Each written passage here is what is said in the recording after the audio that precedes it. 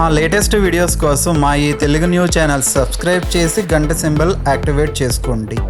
ఈరోజే హనుమాన్ జయంతి మంగళవారం ఆంజనేయ స్వామి వారి పుట్టినరోజు కనుక ఈరోజు ఏం చేసినా చేయకపోయినా రాత్రి 12 లోపు ఈ వీడియో చూస్తే చాలు, ఈ కథలు వింటే చాలు, ఒక్క నిమిషంలో మీ జాతకం మారిపోతుంది.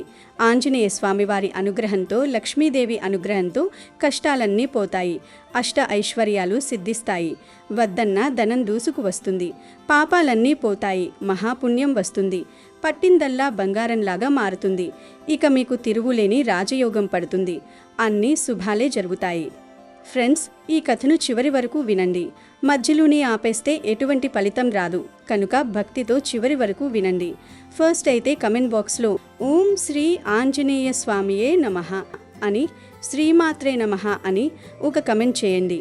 అలాగే ఈ వీడియోకి ఒక లైక్ కొట్టండి. మా ఛానల్ని సబ్స్క్రైబ్ చేసుకుని మాకు సపోర్ట్ చేయండి. ఈరోజు తప్పనిసరిగా హనుమ జన్మ కథను వినాలి. పూర్వం బ్రహ్మలోకంలో బ్రహ్మదేవుడికి సరస్వతీదేవికి ఒక కుమార్తె జన్మిస్తుంది. ఆమెకు వారు అహల్య అని పేరు పెట్టారు. ఈ అహల్యాదేవి చాలా అందగత్తె. ఆమెను చూసి దేవతలంతా మురిసిపోతారు. బ్రహ్మదేవ, నీ కూతురుని నాకిచ్చి పెళ్లి చెయ్యి అని దేవేంద్రుడు అడుగుతాడు. సూర్యదేవుడు వచ్చి, బ్రహ్మదేవ, నేను నవగ్రహాలకు అధిపతిని కనుక అహల్యాదేవిని నాకిచ్చి పెళ్లి చేయండి అంటాడు. తరువాత వరుణదేవుడు వచ్చి, లేదు బ్రహ్మదేవ, అహల్యను నాకిచ్చి పెళ్లి చేయండి అంటాడు. ఇలా దేవతలందరూ అహల్యను తమకిచ్చి పెళ్లి చేయమని అడుగుతారు. బ్రహ్మదేవుడు సందిగ్ధంలో పడతాడు. ఎందుకంటే ఇంద్రుడికి అహల్యను ఇస్తే సూర్యుడికి కోపం వస్తుంది, సూర్యుడికి ఇస్తే వరుణదేవుడికి కోపం వస్తుంది, వరుణదేవుడికి అహల్యను ఇస్తే యముడికి కోపం వస్తుంది కదా అని బ్రహ్మ ఆలోచించి ఇలా అంటాడు. ఓ దేవతలారా, మీరందరూ వెంటనే బయలుదేరండి. ఈ భూమి చుట్టూ 3 సార్లు ప్రదక్షిణ చేసిరండి. ఎవరైతే ముందు వస్తారో వాళ్లకు నా కూతురు అహల్యాదేవిని ఇచ్చి పెళ్లి చేస్తానని చెప్తాడు. వెంటనే దేవతలందరూ వారి వారి వాహనాలు ఎక్కి భూ ప్రదక్షిణలు చేయడానికి వెళ్ళిపోతారు. దేవతలు భూ ప్రదక్షిణ చేయడానికి వెళ్ళిన విషయం నారదుడికి తెలుస్తుంది. నారదుడు భూలోకానికి వచ్చి గౌతమ మహర్షి దగ్గరకు వెళ్ళి, ఓ గౌతమ మహర్షి, బ్రహ్మదేవుని కుమార్తె అయిన అహల్యకు స్వయంవరం జరుగుతుంది. దేవతలందరూ భూ ప్రదక్షిణ చేయడానికి వెళ్ళారు, మరి మీరు స్వయంవరానికి వెళ్ళరా అని అడుగుతాడు. అప్పుడు గౌతమ మహర్షి, స్వామి, దేవతలంతా మహాశక్తి కలిగిన వారు, వాళ్ళైతే భూ ప్రదక్షిణలు చేయగలరు, నేను సామాన్య మహర్షిని, నేనెలా భూ ప్రదక్షిణలు చేయగలను అని అడుగుతాడు. అప్పుడు నారద మహర్షి గౌతమునితో ఇలా అంటాడు. గౌతమ మహర్షి, నీకొక ఉపాయం చెప్తాను విను. అక్కడ ఒక గోమాత ప్రసవిస్తుంది. ఆ గోమాతకు నమస్కారం చేసి 3 ప్రదక్షిణలు చేసినట్లయితే 3 భూ ప్రదక్షిణలు చేసిన ఫలితం వస్తుంది, ప్రయత్నం చెయ్యి అనగానే గౌతమ మహర్షి ఆ గోమాతకు ప్రదక్షిణలు చేస్తాడు. ఆ తర్వాత నారదుడు గౌతముని తీసుకొని బ్రహ్మదేవుడి దగ్గరకు వెళ్ళి, బ్రహ్మదేవ, ఇతను భూ ప్రదక్షిణ చేశాడు, అహల్యాదేవిని ఇతనికిచ్చి పెళ్లి చేయండి అంటాడు. అప్పుడు బ్రహ్మదేవుడు ఇంత తొందరగా 3 భూ ప్రదక్షిణలు ఎలా చేశాడు అని అడుగుతాడు. ప్రసవిస్తున్న గోమాతకు ప్రదక్షిణ చేస్తే భూమాతకు ప్రదక్షిణ చేసిన ఫలితం వస్తుంది కదా. గోవులో భూలోకమే కాదు అన్ని లోకాలు ఉన్నాయి కదా, సకల దేవతలు గోవులో ఉన్నారు కదా, కనుక గో ప్రదక్షిణ చేస్తే భూ ప్రదక్షిణ చేసినట్టే కదా అని అంటాడు నారదుడు. అప్పుడు బ్రహ్మదేవుడు నిజమే అని అహల్యాదేవిని గౌతమ మహర్షుడికి ఇచ్చి పెళ్లి చేస్తాడు. ఇంతలో దేవేంద్రుడు, సూర్యుడు పరుగు పరుగున వస్తారు. బ్రహ్మదేవ, నేను ముందొచ్చానని సూర్యుడు, లేదు నేను ముందొచ్చానని ఇంద్రుడు అంటారు. అప్పుడు బ్రహ్మదేవుడు అహల్యాదేవిని గౌతమ మహర్షికి ఇచ్చేసి పెళ్లి చేశామని జరిగిందంతా కూడా చెప్తాడు. అప్పుడు వారు ద్వేషంతో అహల్యాదేవిని ఎలా అయినా అనుభవించాలి అనే ఆలోచనతో అక్కడ నుండి వెళ్ళిపోతారు. ఆ తర్వాత అహల్యాదేవి గౌతమ మహర్షి ఆశ్రమానికి వచ్చి వారిద్దరూ చక్కగా సంసారం చేస్తారు. వీరిద్దరికీ అంజనాదేవి అనే కుమార్తె జన్మిస్తుంది. ఒకసారి గౌతమ మహర్షి హిమాలయాల దగ్గర ఋషులందరూ పవిత్రమైన యజ్ఞం చేస్తున్నారు. నేను అక్కడికి వెళ్తున్నాను, కొన్ని రోజుల తర్వాత వస్తాను, నువ్వు జాగ్రత్తగా ఉండు అని అహల్యకు చెప్పి వెళ్ళిపోతాడు. అదే అదనుగా భావించిన దేవేంద్రుడు గౌతమ మహర్షి రూపాన్ని ధరించి నేరుగా అహల్యాదేవి దగ్గరకు వస్తాడు. తన భర్త వచ్చాడని భావించిన అహల్య ఆయనతో ఏకాంత సుఖాన్ని అనుభవిస్తుంది. ఇంద్రుడు వెళ్ళటం చూసిన సూర్యుడు కూడా ఇంద్రుడు వెళ్ళిపోయాక తను కూడా గౌతమ మహర్షి వేషం వేసుకుని అహల్యాదేవి దగ్గరకు వెళ్తాడు. ఇంద్రుడు మరియు సూర్యుడు వీరిద్దరి యొక్క తేజస్సు అహల్యాదేవిలో ప్రవేశిస్తుంది. ఆవిడ 2 కవల పిల్లలకు జన్మనిస్తుంది. ఆ కవల పిల్లలకు వాలి, సుగ్రీవుడని పేరు పెడుతుంది. కొంతకాలం తర్వాత గౌతమ మహర్షి ఇంటికొచ్చి చూస్తే 2 మగబిడ్డలు పుట్టారు. అహల్య ఎవరు వీరు అని అడుగగా వారు మన బిడ్డలే స్వామి అని అంటుంది అహల్య. గౌతమ మహర్షి తన వలనే ఈ 2 బిడ్డలు కలిగారని ఎంతో సంతోషపడతాడు. ఒకరోజు గౌతముడు చిన్నపిల్లలైన వాలిని, సుగ్రీవుణ్ణి భుజాల మీద ఎత్తుకుని అంజనాదేవిని నడిపించుకుంటూ నదికి స్నానానికి వెళ్తాడు. అప్పుడు అంజనాదేవి, నాన్నగారు, నా కాళ్ళు కాలిపోతూ ఉన్నాయి, నన్ను కూడా ఎత్తుకోండి అని అడుగుతుంది. అప్పుడు గౌతమ మహర్షి, అమ్మ, నువ్వు ఆడపిల్లవు, ఎప్పటికైనా ఒకరి ఇంటికి వెళ్ళవలసిన దానివి, వీళ్ళు నా వంశాన్ని నిలబెట్టేవారు, నా వారసులు అని అంటాడు. అప్పుడు అంజనాదేవికి కోపం వచ్చి, అవునులే నాన్న, నీకు పుట్టిన కుమార్తెను నడిపిస్తున్నావు, ఎవరికో పుట్టిన కొడుకుల్ని భుజాల మీద మోస్తున్నావు అంటుంది. ఆ మాటలు విని గౌతమ మహర్షి ఆశ్చర్యంతో, అంజనా, నువ్వు ఏం అన్నావు అని అడుగుతాడు. ఏం లేదు నాన్నగారు అని అంజన నోటిని చేతులతో మూసుకుంటుంది. అప్పుడు గౌతమ మహర్షి యోగ దృష్టితో చూసి జరిగిందంతా తెలుసుకొని ఆ మగబిడ్డలిద్దరిని నీటిలోనికి విసిరేస్తాడు. వీళ్ళు నాకు పుట్టిన వారైతే మామూలు స్వరూపాలతో నా దగ్గరకే మళ్ళీ వస్తారు, వీళ్ళు నాకు పుట్టని వాళ్ళైతే కోతులుగా మారి అరణ్యంలో సంచరించుగాక అని అనగానే వాలి, సుగ్రీవులిద్దరూ కోతులుగా మారి అడవిలోనికి వెళ్ళిపోతారు. అప్పుడు గౌతముడు అంజనాదేవిని ఎత్తుకొని, నన్ను క్షమించు తల్లి అని ఇంటికి తీసుకుని వస్తాడు.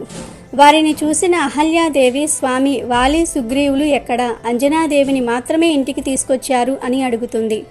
అప్పుడు గౌతముడు, అహల్య, నువ్వు ఎంత ద్రోహం చేశావు, దేవేంద్రుడు, సూర్యుడు నా రూపంలో వచ్చి నిన్ను పొందినప్పుడు అది నేను కాదని నువ్వు గుర్తుపట్టలేదా అని అడుగుతాడు. అహల్యాదేవి ఏమీ చెప్పకుండా తల వంచుకొని నించుంటుంది. అప్పుడు గౌతముడు, పాపాత్మురాల, నువ్వు కఠిన పాషాండానివి అయిపో అని శపిస్తాడు. అప్పుడు అహల్యాదేవి బోరున ఏడ్చి, స్వామి, నాకు శాప విమోచనం చెప్పండి అని అడుగుతుంది. అప్పుడు గౌతముడు, మహావిష్ణువు రామ అవతారంలో వచ్చి తన పాదం సోకినప్పుడు నీకు శాప విమోచనం కలుగుతుంది అని చెప్తాడు. తర్వాత అహల్యాదేవి తన కూతురితో, ఏమే అంజన, తల్లి తెలియక తప్పు చేస్తే దానిని దాచిపెట్టకుండా నీ తండ్రితో చెప్తావా? ఏ కళ్ళతో అయితే నువ్వు దేవేంద్రుడు, సూర్యుడు ఇంట్లోకి రావటం చూశావో ఆ కళ్ళు లేకుండా నువ్వు గుడ్డిదానివైపో. అంతేకాదు, నా కడుపులో పుట్టిన బిడ్డలు కోతులైపోయారు కాబట్టి నీ కడుపులో కూడా ఒక కోతి జన్మిస్తుంది అని శాపం పెడుతుంది. ఆ తర్వాత అహల్యాదేవి రాయిగా మారిపోతుంది. తల్లి శాపం వలన అంజనాదేవి గుడ్డిది అయిపోతుంది, బోరున ఏడుస్తుంది. అప్పుడు గౌతముడు అంజనాదేవితో, అమ్మ, నీ తల్లి శాపం పెట్టిందని నువ్వేమీ బాధపడకు అని అంజనాదేవిని తీసుకుని వెళ్ళి కేసరి అనే వానరరాజుకి ఇచ్చి వివాహం జరిపించి గౌతముడు తపోభూమిలోనికి వెళ్ళిపోతాడు. అంజన మరియు కేసరి దంపతులు సంతోషంగా కాలం గడుపుతూ ఉంటారు. అంజనకు కళ్ళు లేకపోయినా కేసరి ఆమెను బాగా చూసుకుంటాడు. కొంతకాలం తర్వాత కైలాసంలోని పార్వతీ పరమేశ్వరులు భూలోకంలో విహారం చేయడానికి వస్తాడు.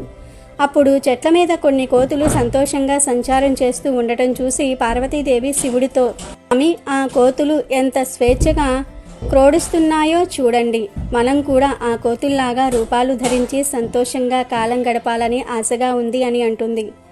శివుడు దానికి అంగీకరించి ఒక మగకోతి రూపాన్ని ధరిస్తాడు. పార్వతీదేవి ఒక ఆడకోతి రూపాన్ని ధరిస్తుంది. వీళ్ళిద్దరూ కోతుల రూపాలు ధరించి ఒక మామిడి చెట్టు మీద క్రీడిస్తూ ఉంటే పరమేశ్వరుడి యొక్క వీర్యం జారి మామిడి పండు మీద పడుతుంది. తర్వాత శివపార్వతులిద్దరూ వారి నిజ రూపాలు ధరించి కైలాసానికి వెళ్ళిపోతారు.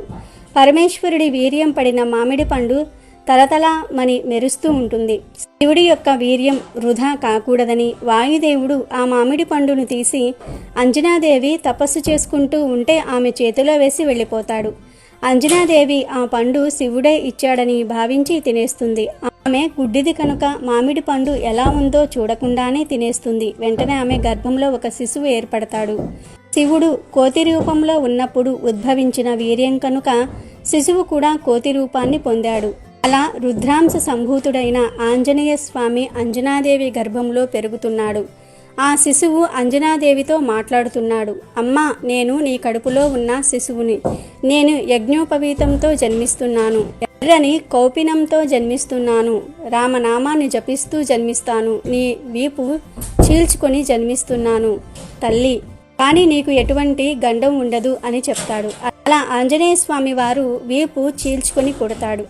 అంజనాదేవి గుడ్డిది గనుక తన బిడ్డను ఎత్తుకుంటుంది. తన తల్లి శాపం ఫలించిందా లేదా అని బిడ్డను తడుముతుంది. బిడ్డకు తోక ఉంటుంది. దాంతో తనకు ఒక కోతి పుట్టిందని, తన తల్లి శాపం ఫలించిందని బాధపడుతుంది. అప్పుడు హనుమ తన తల్లితో, అమ్మ, ఎందుకు బాధపడుతూ ఉన్నావు అని అడుగుతాడు. అప్పుడు ఆమె, ఓ సుందర, నీవు కోతి రూపంలో పుట్టావని ఏడుస్తున్నాను అంటుంది. హనుమకు తన తల్లి మొదట పెట్టిన పేరు సుందరుడు. అప్పుడు ఆంజనేయ స్వామి, అమ్మ, నువ్వేమీ బాధపడవద్దు. నీకు నేను మంచి పేరు ప్రఖ్యాతలు తీసుకువస్తాను. నన్ను అందరూ అంజనీపుత్రుడని, ఆంజనేయుడని పిలుస్తారు. వాయుదేవుడు పండును ఇస్తే పుట్టాను కాబట్టి వాయుపుత్రుడని, కేసరి నందనుడని నన్ను అందరూ పిలుస్తారు అని అంటాడు. హనుమ పుట్టిన తర్వాత అంజనాదేవి గుడ్డితనం కూడా పోతుంది. ఆమె తన కొడుకును ఎంతో ప్రేమగా పెంచుకుంటుంది. ఇలా హనుమ జన్మించిన రోజే హనుమాన్ జయంతి. అలా అంజనాదేవి యొక్క వరప్రసాది అయిన హనుమ శుక్లపక్ష చంద్రునిలాగా దినదిన ప్రవర్ధమానంగా ఎదుగుతూ ఒకనాడు అప్పుడే ఉదయిస్తున్న సూర్యుని చూసి అది ఒక తినే పండుగ భ్రమించి దాన్ని తినడానికి ఆకాశ మార్గాన బయలుదేరాడు. అది చూసిన ఇంద్రుడు వానిపై తన వజ్రాయుధాన్ని విసురుతాడు. దాని తాకిడి వలన హనుమ ఒక కొండపై పడి ప్రాణాలు కోల్పోతాడు. అది తెలుసుకున్న వాయుదేవుడు హనుమంతుణ్ణి బ్రతికించేందుకు ఒక గుహలోనికి తీసుకుపోతాడు. దానితో ముల్లోకాల యందు గాలి స్తంభించిపోతుంది. వాయుదేవుణ్ణి వెతుక్కుంటూ బ్రహ్మాది దేవతలంతా కూడా గుహ వద్దకు చేరుకుంటారు. బ్రహ్మ వాయుదేవుణ్ణి ఓదార్చి హనుమను బ్రతికిస్తాడు. ఇక పరమేశ్వరుడు చిరంజీవిగా జీవిస్తావు అని ఆశీర్వదిస్తాడు. మిగిలిన దేవతలంతా కూడా అలా ఒక వరం ఇచ్చి దీవిస్తారు. తన పుత్ర సమానమైన హనుమ బ్రతికినందువల్ల తిరిగి లోక సంచారం చేయనారంభించాడు వాయుదేవుడు. హనుమ అంటే దవడ. అతని ఎడమ దవడకు దెబ్బ తగులుటచే ఆ బాలుడు హనుమంతుడు అన్న పేరుతో కీర్తింపబడ్డాడు. ఆ విధంగా హనుమంతుడు సర్వశక్తి సంపన్నుడై చిరంజీవిగా బ్రతికాడు. తన చిన్నారి అల్లరి చేష్టలతో ఋషులను మునులను ఆట పట్టిస్తూ ఉండేవాడు. దాంతో వారు ఆగ్రహించి, నేటి నుండి నీ శక్తి ఏమిటో నీకు తెలియకుండా ఉండుగాక, అది కూడా నీ శక్తి ఏమిటో నీకు గుర్తు చేస్తే గాని నీకు తెలియకుండా ఉండుగాక అని శపిస్తారు. ఇక అంజనాదేవి దంపతులు హనుమంతుని సూర్యుని వద్దకు విద్యా అభ్యాసంకు పంపుతారు. సూర్య భగవానుని వద్ద సమస్త విద్యలు అభ్యసిస్తూ ఏకాసంత గ్రహి అయి కొంతకాలంలోనే అన్ని విద్యలు నేర్చుకున్నాడు. అందుకు సూర్య భగవానుడు గురు దక్షిణగా నీవు సుగ్రీవుని వాలిబారి నుండి ఎల్లవేళలా రక్షిస్తూ ఉండవలసినదిగా కోరుతాడు. అందువల్ల హనుమంతుడు సూర్య భగవానుని కోరిక మేరకు సుగ్రీవునికి ఆప్తమిత్రుడిగా మంత్రిగా ఉంటూ వివిధ సేవలు అందిస్తూ ఉంటాడు. త్రిపురాసుర సంహార సమయంలో విష్ణువు పరమశివుడికి సహాయపడ్డాడు. అందుకు ప్రతిఫలంగా రామావతారం యందు లోక రక్షణార్థమై శ్రీరామునికి సహాయపడడానికి ఆ మహాశివుడు ఆంజనేయ స్వామి అవతారం ధరించి రావణ సంహారానికి తోడ్పడ్డాడు అని పురాణాలు చెప్తూ ఉన్నాయి. ఒకసారి మహాశివుడు ఆంజనేయ స్వామి వారి జన్మ వృత్తాంతం పార్వతీదేవికి చెప్తూ హనుమంతుని అవతారం నా 11వ అవతారం అని పార్వతీదేవితో చెప్తాడు. హనుమాన్ జయంతిని మనం మొత్తం 2 సార్లు జరుపుకుంటాము. ఒకటి చైత్ర పౌర్ణమి నాడు, రెండవది వైశాఖ బహుళ దశమి నాడు. ఎందుకంటే హనుమ 2 సార్లు పుట్టాడు. హనుమ తన తల్లి అంజనా గర్భం నుండి మొదటిసారి పుట్టాడు. మళ్ళీ సూర్యుడిని మింగడానికి వెళ్ళినప్పుడు, ఇంద్రుడు కొట్టినప్పుడు హనుమ చనిపోయి మళ్ళీ పుడతాడు. ఇలా 2 సార్లు హనుమ జన్మించాడు గనుక రెండుసార్లు హనుమాన్ జయంతిని జరుపుకుంటారు. ఈ హనుమాన్ జయంతి మంగళవారంతో కలిసి వచ్చింది కనుక ఈరోజు లక్ష్మీదేవి తన భక్తుడి బద్ధకాన్ని ఎలా వదలగొట్టిందో తెలిపే ఈ పవిత్ర కథను వింటే చాలు, అదృష్టం మీ తలుపు తడుతుంది, బద్ధకం వదిలిపోతుంది, పేదరికం పోతుంది. ఒకానొక కాలంలో శాంతిపురం అనే అందమైన గ్రామంలో మాధవ్ అనే ఒక బ్రాహ్మణుడు ఉండేవాడు. మాధవ్ చాలా తెలివైనవాడు, వేదమంత్రాలన్నీ చదివినవాడే, కానీ అతనికి ఒక పెద్ద బలహీనత ఉంది. అదేమిటంటే అపరిమితమైన బద్ధకం. పొద్దున నిద్ర లేవడానికి మనస్కరించదు, లేచినా ఏ పని చెయ్యబుద్ధి కాదు. కానీ మాధవ్కు ఒక గొప్ప లక్షణం ఉంది. అతను లక్ష్మీదేవికి పరమ భక్తుడు.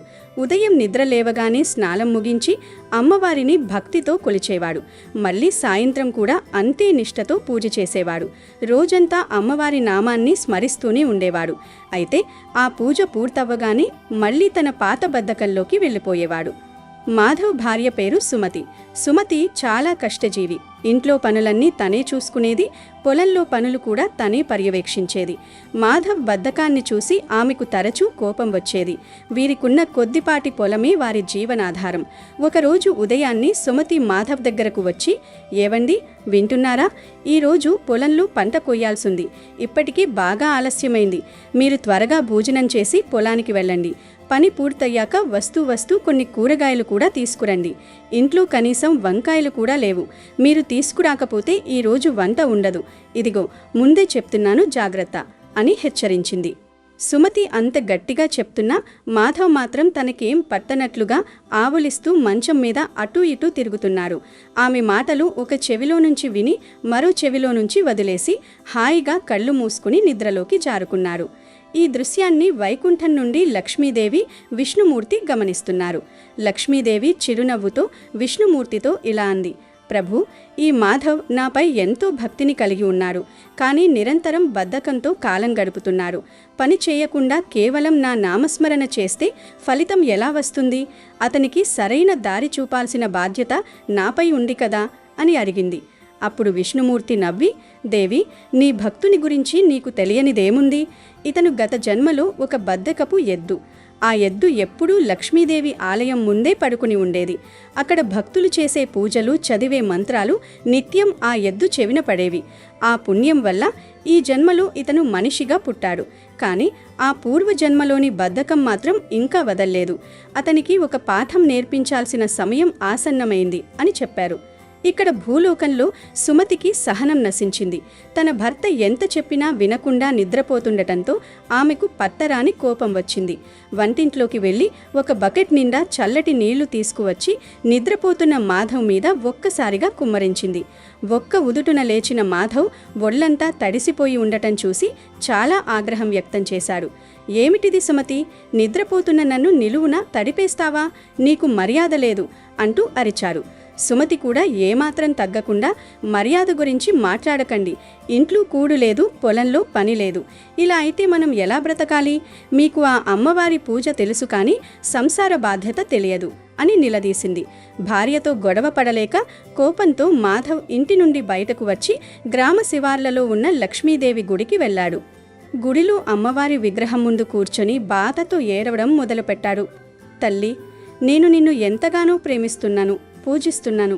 కానీ నా భార్య నా పరిస్థితిని అర్థం చేసుకోవడం లేదు. నాకు ఏ పని చేయబుద్ధి కావడం లేదు. నా ఇబ్బందులు తొలగించు తల్లి అని ప్రార్థించాడు. మాధవ్ నిష్కల్మషమైన భక్తికి మరియు అతని అమాయకత్వానికి లక్ష్మీదేవి మనస్సు కరిగింది. వెంటనే అమ్మవారు దివ్యమైన కాంతితో మాధవ్ ముందు ప్రత్యక్షమైంది. ఆ వెలుగుకు మాధవ్ కళ్ళు మిరుమిట్లు గొలిపాయి. అమ్మవారిని చూడగానే అతను సాష్టాంగ నమస్కారం చేసి, అమ్మా, ధన్యుడను, నన్ను కరుణించు అని వేడుకున్నాడు. అప్పుడు లక్ష్మీదేవి మధురమైన స్వరంతో, మాధవ, నీ భక్తికి మెచ్చాను. నీకొక వరాన్ని ప్రసాదిస్తున్నాను. ఇదిగో ఈ దివ్యమైన మాయా గులాబీ పువ్వు తీసుకో. దీనికి అద్భుతమైన శక్తులున్నాయి. నువ్వు ఏ వస్తువు మీదైనా ఈ పువ్వును ఉంచి ఒక పని చెబితే ఆ వస్తువే ఆ పనిని దానంతట అదే పూర్తి చేస్తుంది. కానీ ఒక నిబంధన గుర్తుంచుకో. ఆ వస్తువు పనిచేస్తున్నప్పుడు నువ్వు మధ్యలో వద్దు అని గాని ఆపు అని గాని అంటే ఆ క్షణమే ఈ పువ్వు మాయమై తిరిగి నా వద్దకు చేరుకుంటుంది అని చెప్పి మాయమైపోయింది. మాధవ్ సంతోషానికి అవధులు లేవు. ఆ ఎర్రటి గులాబీ పువ్వును తీసుకొని గెంతుకుంటూ ఇంటికి వెళ్ళాడు. వెళ్ళగానే సుమతికి ఆ పువ్వు గురించి, అమ్మవారిచ్చిన వరం గురించి గొప్పగా చెప్పాడు. సుమతి మొదట నమ్మలేదు, కానీ మాధవ్ ఒక గ్లాసు నీళ్ల మీద ఆ పువ్వు పెట్టి, గ్లాసు నాకు నీళ్ళందించు అనగానే ఆ గ్లాసు గాలిలో తేలుతూ వచ్చి అతని నోటికి నీళ్ళందించింది. అది చూసి సుమతి ఆశ్చర్యపోయింది. ఇక మాధవ్ బద్ధకం రెట్టింపైంది. మరుసటి రోజు ఉదయం అతనికి టీ తాగాలనిపించింది. స్టవ్ మీద గిన్నె పెట్టి దానిపై గులాబీ పువ్వును ఉంచి, గిన్నె నాకు మంచి టీ తయారు చేసివ్వు అన్నాడు. అంతే, పాలు, చక్కెర, టీ పొడి వాటంతటా అవే గిన్నెలోకి వచ్చి మరిగి వడకట్టిన టీ కప్పులోకి వచ్చి మాధవ్ చేతికి అందింది. ఇలా కొన్ని రోజులు గడిచాయి. మాధవ్ తన ప్రతి చిన్న పనికి ఆ గులాబీ పువ్వునే వాడసాగాడు. ఒకరోజు పొలానికి వెళ్ళినప్పుడు నీళ్ల పైపు మీద పువ్వు పెట్టి అన్ని ముక్కలకు నీళ్లు పెట్టు అని చెప్పి తను పక్కనే ఉన్న చెట్టు నీడన నిద్రపోయాడు. ఆ పైపు దానంతట అదే తిరుగుతూ పొలమంతా నీళ్లు పోసింది. ఇంటికొచ్చాక కరెంటు పోయి ఫ్యాన్ ఆగిపోయింది. ఉక్కపోత భరించలేక తన దగ్గరున్న విసనకర్ర మీద పువ్వు పెట్టి గాలి విసురు అని చెప్పాడు. ఆ విసనకర్ర గాలిలో తిరుగుతూ అతనికి హాయిగా గాలినందించింది. ఇలా ఏ శ్రమ లేకుండా పనులన్నీ జరిగిపోతుండటంతో మాధవ్ తనను తాను అదృష్టవంతుడిగా భావించాడు. అయితే ఒకరోజు మధ్యాహ్నం మాధవ్కు బాగా ఆకలి వేసింది. సుమతి రకరకాల పిండి వంటలు, మిఠాయిలు తయారు చేసి ఉంచింది. భోజనం చేయడానికి కూర్చున్న మాధవ్కు ఒక వింత ఆలోచన వచ్చింది. చేతితో ముద్దలు కలుపుకొని తినడం కూడా ఒక పెద్ద పని. నా నోట్లోకి భోజనం దానంతట అదే వస్తే ఎంత బాగుంటుంది అనుకున్నాడు. వెంటనే భోజనం కంచం మీద ఆ గులాబీ పువ్వులు ఉంచి, కంచమా, ఈ వంటకాలన్నీ ఒక్కొక్కటిగా నా నోట్లోకి వచ్చేలా చెయ్యి, నేను నమిలి మింగేస్తాను అని ఆజ్ఞాపించాడు. ఇంకేముంది, కంచంలోని పదార్థాలన్నీ ప్రారం వచ్చినట్లుగా కదలడం మొదలుపెట్టాయి. ముందుగా ఒక లడ్డు గాలిలో లేచి మాధవ్ నోట్లోకి వెళ్ళింది. అది తినగానే ఒక ముద్ద అన్నం, ఆ వెంటనే వడ, ఆ పైన పాయసం, ఇలా ఒకదాని తర్వాత ఒకటి ఆగకుండా అతని నోట్లోకి వెళ్తూనే ఉన్నాయి. మొదట మాధవ్ చాలా ఆనందించాడు. ఆహా, ఏమీ ఈ రుచి, ఏమీ ఈ సౌకర్యం అని మురిసిపోయాడు. కానీ కాసేపటికే అతని కడుపు నిండిపోయింది. ఇక తినడం తన వల్ల కావడం లేదు. కానీ ఆ గులాబీ పువ్వు ప్రభావం వల్ల కంచంలోని పదార్థాలు ఆగడం లేదు. అతను నోరు తెరిచినా మూసినా ఏదో ఒక పదార్థం లోపలికి చొరుచుకొని వస్తుంది. మాధవ్ ఊపిరాడక ఇబ్బంది పడసాగాడు. కడుపు ఉబ్బిపోయి నొప్పి మొదలైంది. అమ్మో, చచ్చిపోతాని కాబోలు అని మనసులో అనుకున్నాడు. ఆపమని చెబితే అమ్మవారిచ్చిన పువ్వు మాయమైపోతుంది, చెప్పకపోతే ప్రాణం పోయేలా ఉంది. పరిస్థితి విషమిస్తోందని గ్రహించిన మాధవ్ చేసేదేమీ లేక గట్టిగా, వద్దు, ఆపు, ఇక నాకు భోజనం వద్దు అని కేకలు వేశాడు. అలా అనగానే కంచంలో ఉన్న పదార్థాలన్నీ యథావిధిగా కంచంలో పడిపోయాయి. కానీ దాంతోపాటు ఆ దివ్యమైన గులాబీ పువ్వు కూడా మెరిసిపోతూ మాయమైపోయింది. మాధవ్ కింద పడి రొప్పుతూ ఊపిరి పీల్చుకున్నాడు. అతని అరుపులు విని సుమతి పరిగెత్తుకుంటూ వచ్చింది. అక్కడ పువ్వు లేకపోవడం చూసి ఏం జరిగిందో అర్థం చేసుకుంది. మాధవ్ కళ్ళల్లో నీళ్లు తిరిగాయి. సుమతి, నేనెంత మూర్ఖుడిని!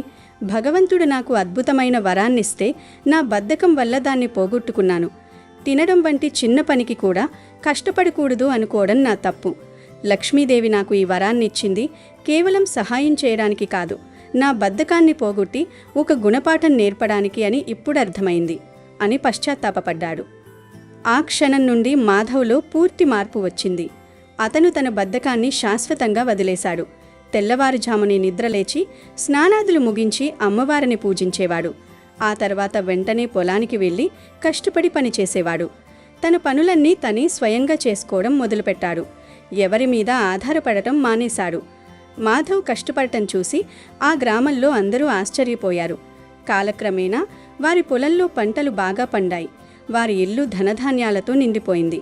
అప్పుడే మాధవ్కు అర్థమైంది, నిజమైన లక్ష్మీ కటాక్షం అంటే మాయా వస్తువులను పొందడం కాదు, కష్టపడి పనిచేసే గుణాన్ని కలిగి ఉండటమని. శ్రమ నీ ఆయుధమైతే విజయం నీ బానిస అవుతుంది అనే సత్యాన్ని మాధవ్ తెలుసుకున్నాడు. ఆ తర్వాత ఆ దంపతులిద్దరూ సుఖ సంతోషాలతో నిండు నూరేళ్లు జీవించారు. అదేవిధంగా ఈ హనుమాన్ జయంతి రోజు అనేక దేవాలయంలో హనుమకు సువర్చలాదేవికి వివాహ మహోత్సవాలు జరుపుతారు. కనుక ఈరోజు హనుమ పెళ్లి కథను వింటే చాలు మీ జాతకం మారిపోతుంది. వివాహం జరగని వారికి చక్కగా వివాహం జరిగిపోతుంది, రాజయోగం పడుతుంది. హనుమంతుడు ఎంత శక్తివంతమైన దేవుడో భక్తులకు బాగా తెలుసు. ఆయనను పూజిస్తే దుష్ట శక్తుల నుంచి విముక్తి కలుగుతుందని భక్తులు నమ్ముతారు. అయితే ఆంజనేయ స్వామి బ్రహ్మచారి అని కూడా అందరికీ తెలుసు. ఆయన అస్సలు పెళ్లి చేసుకోలేదని, జీవితాంతం బ్రహ్మచారిగానే ఉన్నాడని కొందరు అనుకుంటూ ఉంటారు.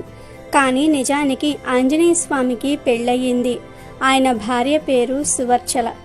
ఒకప్పుడు సూర్యదేవుడు విశ్వకర్మ కుమార్తె అయిన సంజనాదేవిని పెళ్లి ఆడతాడు.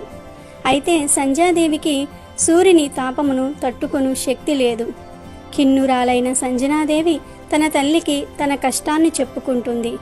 కూతురి సమస్యను అర్థం చేసుకున్నదై ఆమె తల్లి విశ్వకర్మకు సంగతి విశదీకరిస్తుంది.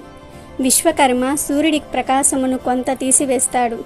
సూర్యుని నుండి బయటపడ్డ ఆ ప్రకాశము ఒక సుందరమైన కన్యగా మారుతుంది. ఆమె రూప లావణ్యములను చూసి దేవతలే భ్రాంతి చెందుతారు. సంగతేమిటో తెలుసుకోవాలని ఇంద్రుడు బ్రహ్మదేవుని వద్దకు వెళ్ళి ఆ కన్య ఎవరు అని అడుగుతాడు.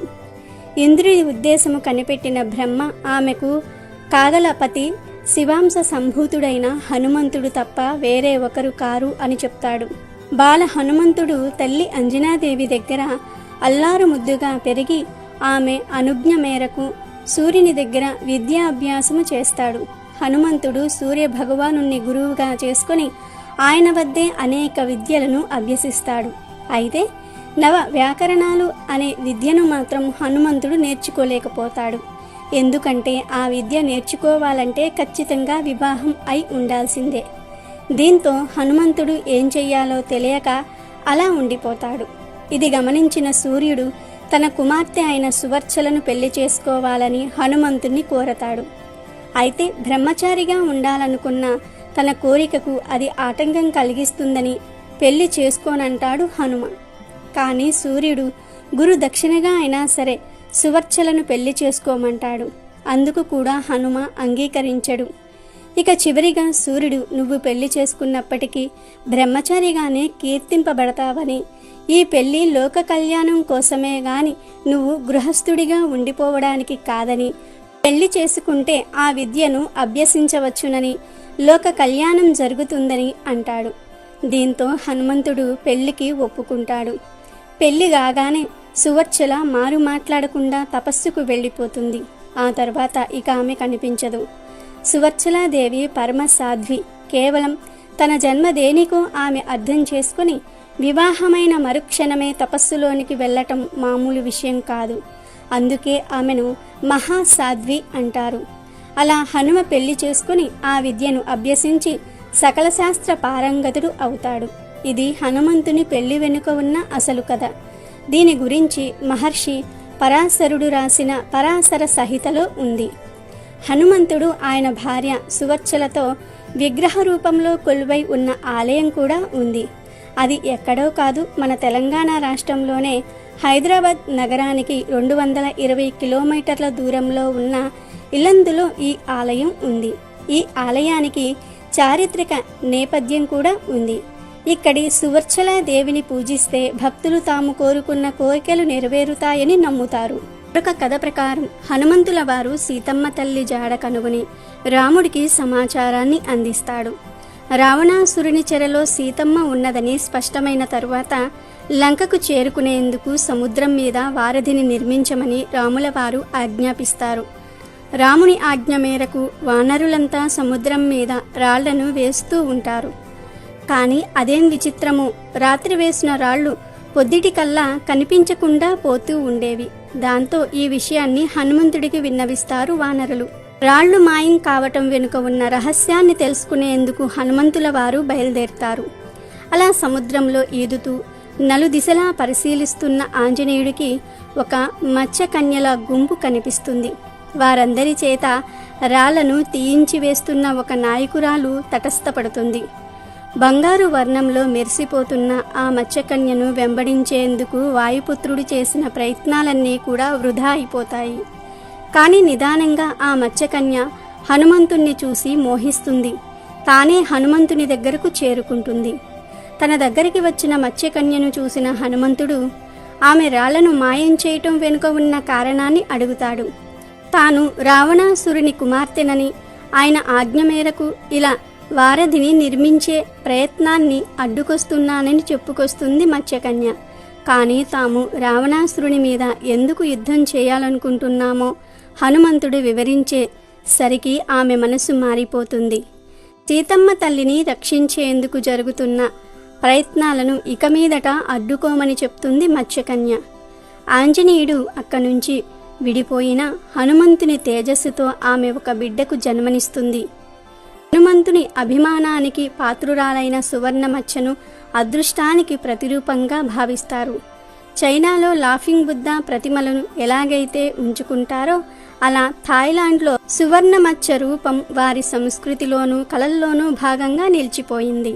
ఇంకొక కథ ప్రకారం సీతాదేవిని వెతకడానికి ఆంజనేయ స్వామి లంకకు వెళ్తాడు. అప్పుడు రావణాసురుడు హనుమాన్ తోకకు నిప్పంటిస్తాడు. అప్పుడు హనుమంతుడు ఆ తోకతో లంకంతా నిప్పు అంటించి చివరకు లంక నుంచి తిరిగి రాముల వారి దగ్గరకు వెళ్తూ ఉండగా సముద్రంలో మునిగి తన తోకకు ఉన్న మంటను ఆర్పుకొని సేద తీరాడు.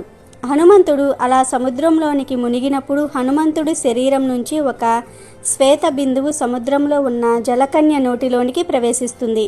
ఆ శ్వేత బిందువు వలన ఆ జలకన్య గర్భం దాలుస్తుంది. ఈ విషయం గ్రహించిన హనుమంతుడు తన దగ్గరకు ఏదో చేప వస్తుందేమో అనుకుని సముద్రం నుండి బయటికి వెళ్ళిపోతాడు.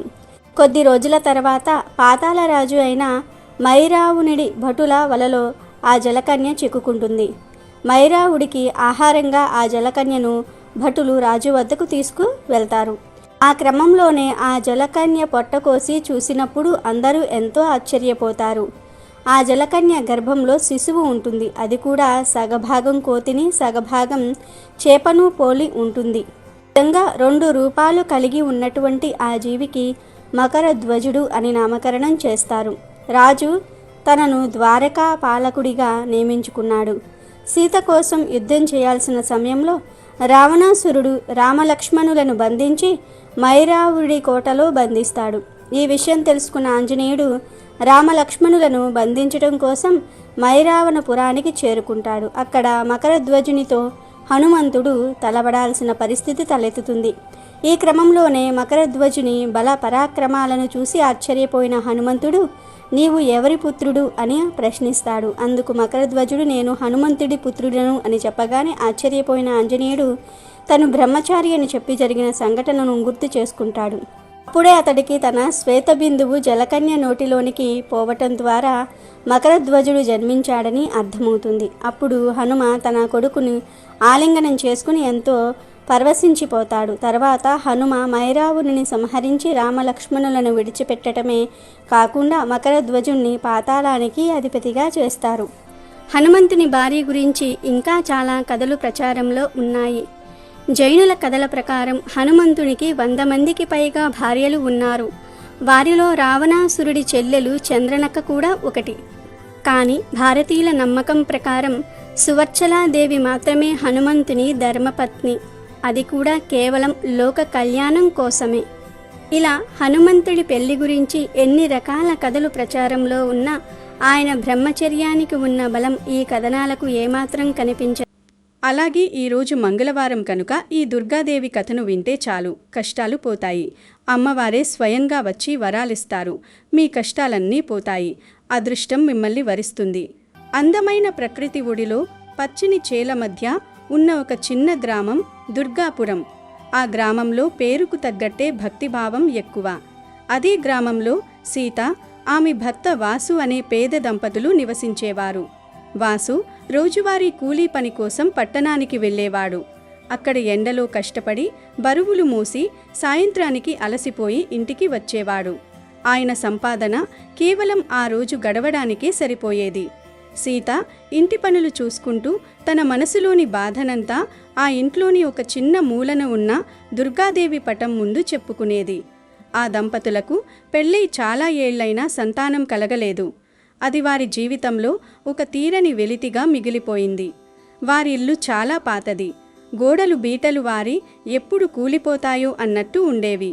వానాకాలం వస్తే ఆ పెంకుటి కప్పు నుండి నీరు కారి ఇల్లంతా చెరువులా మారేది. ఆ రాత్రుళ్ళు గిన్నెలు పెట్టి నీటిని తోడుకుంటూ నిద్రలేని రాత్రులు గడపాల్సి వచ్చేది. అయినా సీత ఎప్పుడూ దైవ ప్రార్థన వదలలేదు. ఆ దుర్గామాతపై ఆమెకు అచంచలమైన నమ్మకం. ఒకరోజు సాయంత్రం వాసు పని నుండి ఇంటికి రాగానే సీత కళ్ళల్లో నీళ్లతో అతని దగ్గరకు వచ్చి ఇలా అంది. ఏమండి, మీరు పడుతున్న ఈ కష్టం చూస్తుంటే నా మనసు తరుక్కుపోతోంది. ఇంత కష్టపడినా మనకు తిండికి తప్ప దేనికి డబ్బులు మిగలటం లేదు. ఆ వాన వస్తే మన ఇల్లు ఎలా కారుతుందో చూశారు కదా. నా మనసులో ఒక ఆలోచన ఉంది. నేను కూడా ఏదైనా పని చేసి మీకు సహాయం పడదామని అనుకుంటున్నాను. మన జీవితాన్ని మార్చుకోవాలంటే మనం కూడా ఏదో ఒకటి చెయ్యాలి కదా అని అంది. సీత మాటలకు వాసు మొదట భయపడ్డాడు. తన భార్యను బయట పనులకు పంపడం అతనికి ఇష్టం లేదు. కానీ ఆమె కళ్ళల్లో ఉన్న పట్టుదల, ఆ ఆశ చూసి కాదనలేకపోయాడు. సరే సీత, నీకు ఇష్టమైతే అలాగే చేద్దాం. కానీ నీకు కష్టం లేని పని ఏదైనా చూద్దాం అన్నాడు. మరుసటి రోజు వాసు పట్టణంలో పని ముగించుకొని వస్తుండగా ఒక పెద్ద గాజుల దుకాణాన్ని చూశాడు. అక్కడ రంగురంగుల మట్టి గాజులు, మెరిసే గాజులు చూస్తుంటే అతనికి ఒక ఉపాయం తట్టింది. వారి గ్రామంలో గాజులు అమ్మేవారు లేరు. గ్రామంలోని మహిళలు గాజుల కోసం మైళ్ళ దూరం నడిచి పట్టణానికి వెళ్ళేవారు. వెంటనే ఇంటికి వెళ్ళి సీతకు ఈ విషయం చెప్పాడు. సీత, నువ్వు గాజుల వ్యాపారం చేస్తే ఎలా ఉంటుంది? మన ఊరి ఆడవాళ్ళందరికీ గాజులంటే చాలా ఇష్టం. నువ్వు ఇంటి దగ్గరే ఉండి ఈ పని చేయవచ్చు అన్నాడు. సీతకు ఆ ఆలోచన ప్రాణం పోసినట్టు అనిపించింది. మరుసటి రోజే వాసు తన దగ్గర ఉన్న కొద్దిపాటి సొమ్ముతో పట్టణం నుండి అందమైన గాజులను తీసుకువచ్చారు. సీత ఆ గాజుల పెట్టెను ముందుగా దుర్గాదేవి పాదాల దగ్గర ఉంచి, అమ్మా దుర్గమ్మ, ఈ కొత్త పని మొదలు పెడుతున్నాను. నీవే నాకు తోడుగా ఉండాలి.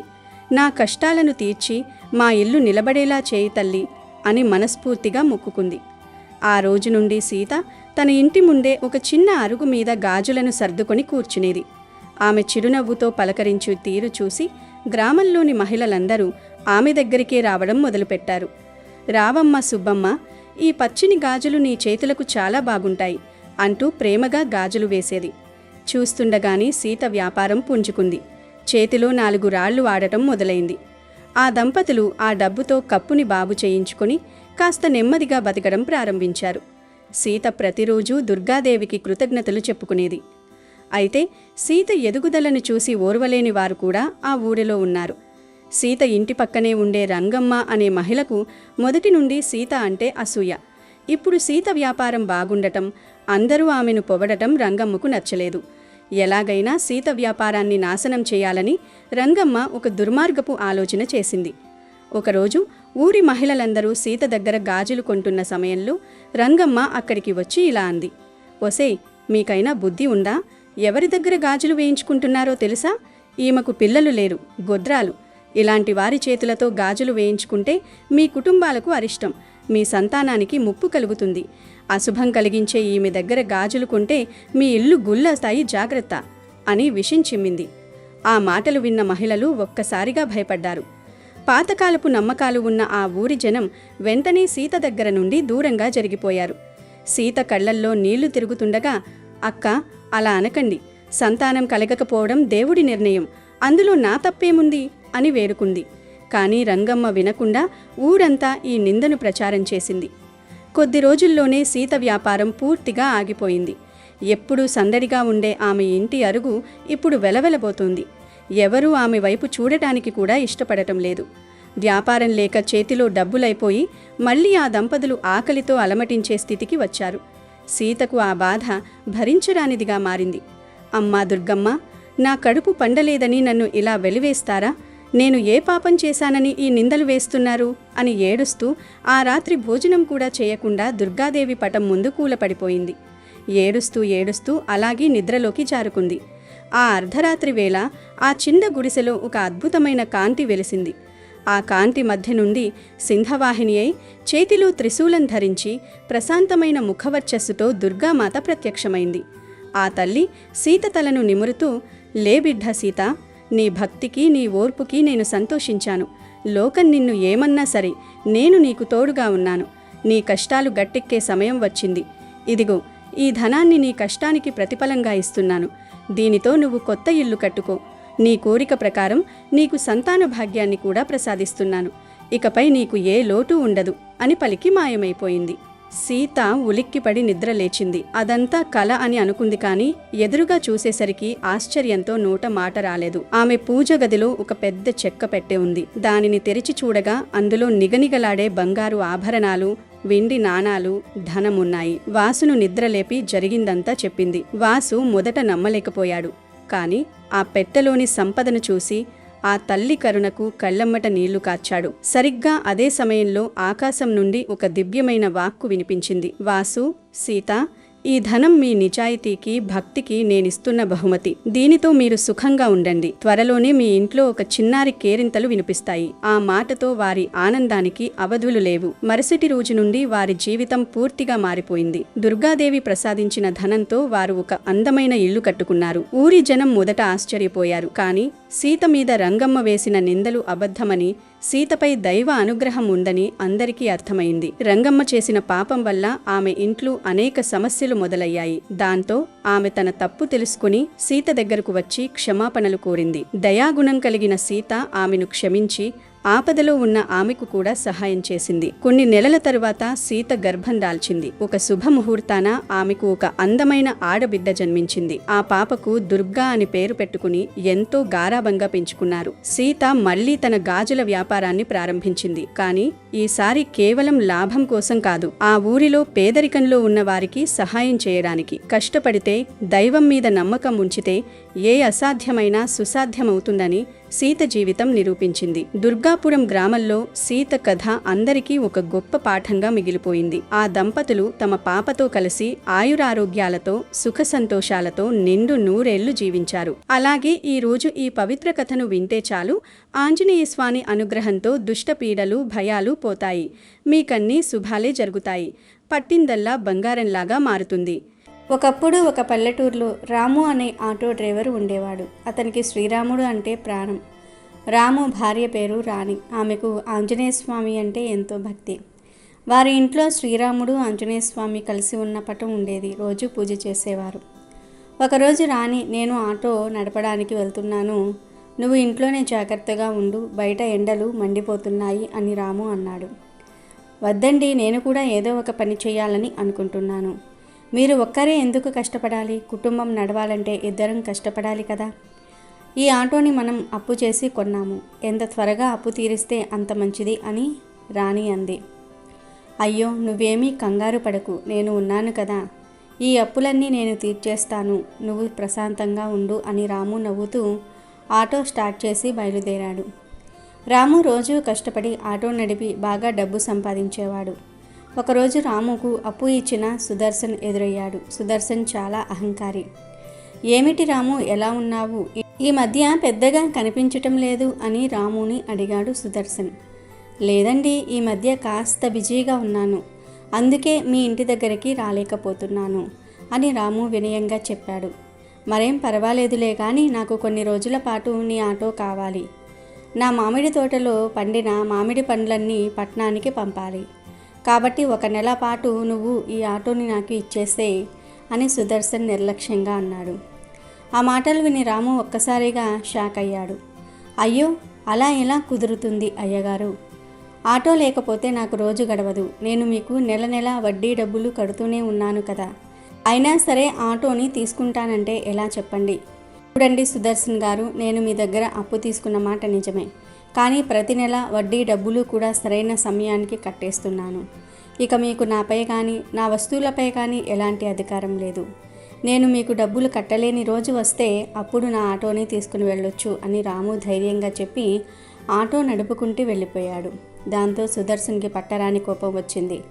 అప్పు ఇచ్చిన వాడు దేవుడితో సమానం అంటారు, కానీ ఈ రాము ఏమో నన్ను అస్సలు మర్యాద లేకుండా మాట్లాడాడు. ఇతన్ని ఎలాగైనా నాశనం చేయాలి. నా అప్పు కట్టలేక అతను తన ఆటోని తీసుకొని వచ్చి నా ఇంటి ముందు పెట్టిపోయేలాగా చేయాలి అని సుదర్శన్ కసితో రగిలిపోయాడు. ఆ రోజు రాత్రి రాము, రాణి తమ ఇంట్లో ప్రశాంతంగా నిద్రపోతున్నారు. సుదర్శన్ ఆ రాత్రి రాము ఇంటికి వెళ్ళాడు. ఇంటి ముందు ఆటో కనిపించింది. సుదర్శన్ తన చేతి గడియారాన్ని తీసి రాము ఆటోలో పెట్టి అక్కడి నుండి వెళ్ళిపోయాడు. మరుసటి రోజు ఉదయం సుదర్శన్ పంచాయతీ పెట్టాడు. ఊరి పెద్దయిన రాఘవయ్య దగ్గర పంచాయతీ జరిగింది. ఏమిటి సుదర్శన్, ఏమిటి మీ సమస్య? మళ్ళీ ఎవరైనా మీ దగ్గర అప్పు ఎగ్గొట్టారా అని రాఘవయ్య అడిగాడు. లేదు రాఘవయ్య గారు, నిన్నటి నుండి నా కడియం కనిపించటం లేదు. నాకు ఈ ఊళ్ళో ఆటో నడుపుకునే రాము మీదే అనుమానంగా ఉంది అంటూ సుదర్శన్ కపటంగా చెప్పాడు. అప్పుడు రాఘవయ్య రాముని పిలిపించాలని అనుకున్నాడు. ఇంతలో రామునే తన ఆటో నడుపుకుంటూ పంచాయతీ వద్దకు వచ్చాడు. రాము ఆటో దిగి రాఘవయ్య ముందుకొచ్చి ఇలా అన్నాడు. అయ్యగారు, ఈ కడియం నాకు నా ఆటోలో కనిపించింది. నేను ఉదయాన్నే ఆటోని శుభ్రం చేస్తూ ఉంటే ఇది దొరికింది. బహుశా ఇది ఈ ఊరి వాళ్ళది, ఎవరిదైనా అయి ఉంటుంది. ఎవరైనా ఆటో ఎక్కినప్పుడు మర్చిపోయి ఉంటారు. దయచేసి ఇది ఎవరిదో కనుక్కొని వాళ్ళకే ఇచ్చేయండి అని చెప్పి కడియాన్ని అప్పగించాడు. అది విన్న సుదర్శన్ ఒక్కసారిగా ఆశ్చర్యపోయాడు. ఈ రాముగాన్ని ఇరికిద్దాం అనుకుంటే ఇలా జరిగిందేంటి? ఇవాళ ఇతని అదృష్టం బాగున్నట్టుంది. అయినా సరే నేను మాత్రం అస్సలు వీడిని విడిచిపెట్టను. ఇతన్ని నాశనం చేసేంతవరకు నా ప్రయత్నాలు చేస్తూనే ఉంటాను అని సుదర్శన్ తన మనసులో అనుకుని అక్కడి నుండి వెళ్ళిపోయాడు. ఇలా కొంతకాలం గడిచింది. ఒకరోజు రాత్రి రాణి మరియు రాము ఇద్దరూ కలిసి తమ ఇంట్లో నిద్రపోతూ ఉన్నారు. ఇంతలో సుదర్శన్ మళ్ళీ రాము ఇంటికి వెళ్ళాడు. ఇంటి ముందు ఆటో కనిపించింది. సుదర్శన్ ఇంటిపై పెట్రోలు పోసి నిప్పు అంటించాడు. ఆపై అక్కడి నుండి పారిపోయాడు. అరే ఏంటి మంటలు, అసలు ఎలా వ్యాపించాయి అని కేకలు వేస్తూ రాము నిద్రలేచాడు. అయ్యో ఏంటండి ఇది అని రాణి భయంతో వణికిపోయింది. ఇంట్లో మంటలు వ్యాపిస్తూ ఉండటం చూసి రాము తన ఇంట్లో ఉన్న ఆంజనేయుడు మరియు శ్రీరాముడు ఉన్న పటాన్ని తీసుకుని తన భార్యతో కలిసి ఇంటి నుండి బయటికి వచ్చేశాడు. క్షణాల్లోనే ఇల్లు మొత్తం కాలి బూడిదైపోయింది. మరుసటి రోజు ఊరి వాళ్ళంతా రాము ఇంటి ముందుకు వచ్చి జాలి పడుతూ ఉన్నారు. ఇప్పుడు ఏం చేద్దామండి, మనం ఎక్కడికి వెళ్దాం? ఇది మా నాన్నగారి ఇల్లు, మా నాన్నగారి చివరి గుర్తు. ఇది కూడా పూర్తిగా కాలి బూడిదైపోయింది. ఇప్పుడు నాకు మిగిలింది ఈ ఒక్క ఆటోనే అని రాణి బాధపడింది. రాము మరియు రాణి ఆ ఊరిలో ఉన్న ఒక పెద్ద చెట్టు కింద నివసించటం మొదలుపెట్టారు. చెట్టు కింద ఒక పొయ్యిని ఏర్పాటు చేసి వంట చేసుకునేవారు. రాముడు మరియు ఆంజనేయ స్వామి ఉన్న పటాన్ని చెట్టుకు తగిలించి రోజు పూజ చేసేవారు. ఇక నేను ఆటో నడపడానికి వెళ్ళాలి అని రాము అన్నాడు. సరేనండి, మీరు వెళ్ళిరండి. నేను అప్పటిదాకా ఈ చెట్టు కింద కూర్చొని ఉంటాను అని రాణి అంది. ఒకప్పుడు బయటకు వస్తే ఎండ తగులుతుందని చెప్పి నేను నిన్ను లోపలే ఉండమని చెప్పేవాడిని. ఇప్పుడు నా కారణంగా నువ్వు చెట్టు కిందికి వచ్చి కూర్చున్నావు. ఇంకా ఎన్నెన్ని కష్టాలు అనుభవించాలో ఏమో అని రాము బాధపడ్డాడు. మరేం పర్వాలేదులేండి, జీవితం అన్నాక కష్టాలు వస్తూ ఉంటాయి, పోతూ ఉంటాయి. పడక తప్పదు. మీరు హాయిగా ఆటో నడపడానికి వెళ్ళండి. నేను ఈ చెట్టు కింద కూర్చొని హనుమనామ స్మరణ చేసుకుంటూ ఉంటాను అని రాణి ధైర్యం చెప్పింది. రాము ఆటో నడుపుకుంటూ ఊళ్ళోకి వెళ్ళాడు. రోజంతా కష్టపడి డబ్బు సంపాదించుకునేవాడు. ఆ నెల కూడా రాము కష్టపడి సంపాదించిన డబ్బుల్ని తీసుకుని వెళ్ళి సుదర్శన్కి వడ్డీ కట్టాడు. సుదర్శన్ ఆశ్చర్యపోయాడు. నేను ఇతని ఇంటిని పూర్తిగా కాల్చేశాను. ఆయన ఆత్మవిశ్వాసం కోల్పోయి రోడ్డుపై పడతాడు అనుకున్నాను. ఎప్పటికీ నాకు అప్పు తీర్చలేడు అనుకున్నాను. అయినా ఇతడు అసాధ్యుడిలా ఉన్నాడు. ఒక చెట్టు కింద నివసిస్తూ ఆటో నడిపి నాకు డబ్బులు కట్టాడు. ఇతన్ని నేను తక్కువ అంచనా వేశాను. ఎలా అయినా వీడిని ఇంకా నాశనం చేయాలి. అప్పుడే వీడి పొగరు అణుగుతుంది అని సుదర్శన్ మనసులో అనుకున్నాడు. ఒకరోజు రాణి మరియు రాము ఇద్దరూ కలిసి ఆంజనేయ స్వామి వారి గుడికి వెళ్ళారు. గుడి ముందు ఆటోను చూసిన సుదర్శన్ వెంటనే ఆటో బ్రేకులను విప్పేశాడు. ఇప్పుడు చూస్తాను ఇతన్ని ఎవరు కాపాడుతారు అని అనుకుని సుదర్శన్ అక్కడి నుండి వెళ్ళిపోయాడు. ఈ విషయం తెలియని రాణి మరియు రాము ఆటో ఎక్కారు. అలా కొంత దూరం వెళ్ళిన తర్వాత రాముకు బ్రేకులు పడటం లేదన్న విషయం అర్థమైంది. అయ్యో రాణి, బ్రేకులు పడటం లేదు. నాకు ఎందుకో చాలా భయంగా ఉంది. నిన్ననే ఆటోని పూర్తిగా శుభ్రం చేసి అన్నీ సరిగ్గా ఉన్నాయో లేదో చెక్ చేయించుకున్నాను. ఇప్పుడు ఇలా జరిగిందో నాకు అర్థం కావటం లేదు అని రాము భయంతో కేక వేశాడు. అయ్యో ఆంజనేయ, ప్రస్తుతం మేము చాలా కష్టాల్లో ఉన్నాం. మమ్మల్ని రక్షించండి స్వామి అని రాణి వేడుకుంది.